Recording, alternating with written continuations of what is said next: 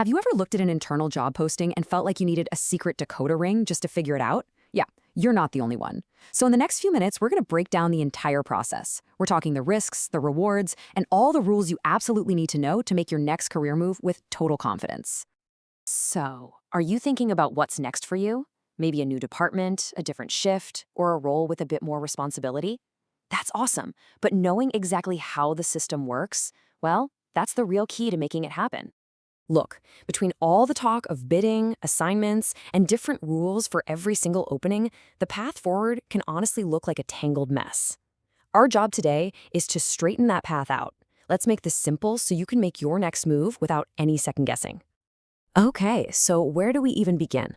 Well, every single job opening you see falls into one of two buckets. It's either temporary or it's permanent.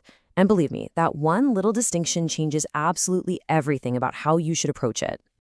Now, at first glance, these two paths look pretty similar, right? Both are posted for 7 days, and both are awarded based on seniority. But the difference is they are crucial. We're talking about the duration and, most importantly, the risk involved. A temporary role, that's a low-stakes way to try something new. But deciding to leave a permanent role, that's a whole different ballgame with much bigger consequences, as you're about to find out. All right, let's dive into that first path, the temporary assignment. Think of this as your chance to test drive a new role without any of that long-term commitment. The process here is really straightforward. A job gets posted for 7 days, you put in your bid, and it's awarded to the most senior person. And here's something really important. The company guarantees that you will get all the training you need. They're not just going to throw you in unprepared. You know, one of the absolute best things about these temporary jobs is the pay protection. It's a real win-win situation. If the new job pays more, hey, your pay goes up. But if it happens to pay less, you get to keep your current higher rate. There is literally zero financial risk. Okay, but what if you get into the role and you just realize, this is not the right fit for me? It's a super common worry, and the rules on this are perfectly clear. If you decide it's not for you, no big deal. You just go back to your old job. The only catch, you can't bid on another temporary job for 90 days. But notice that keyword temporary. You are still totally free to apply for any permanent role that pops up.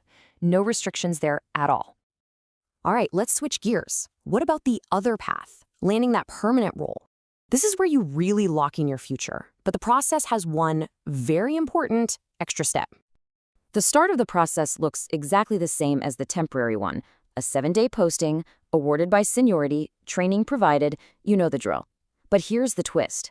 As soon as you get the job, a crucial 10-day evaluation period kicks in. You should really think of it as a two-way trial run. These first 10 days are, without a doubt, the most critical part of the whole process.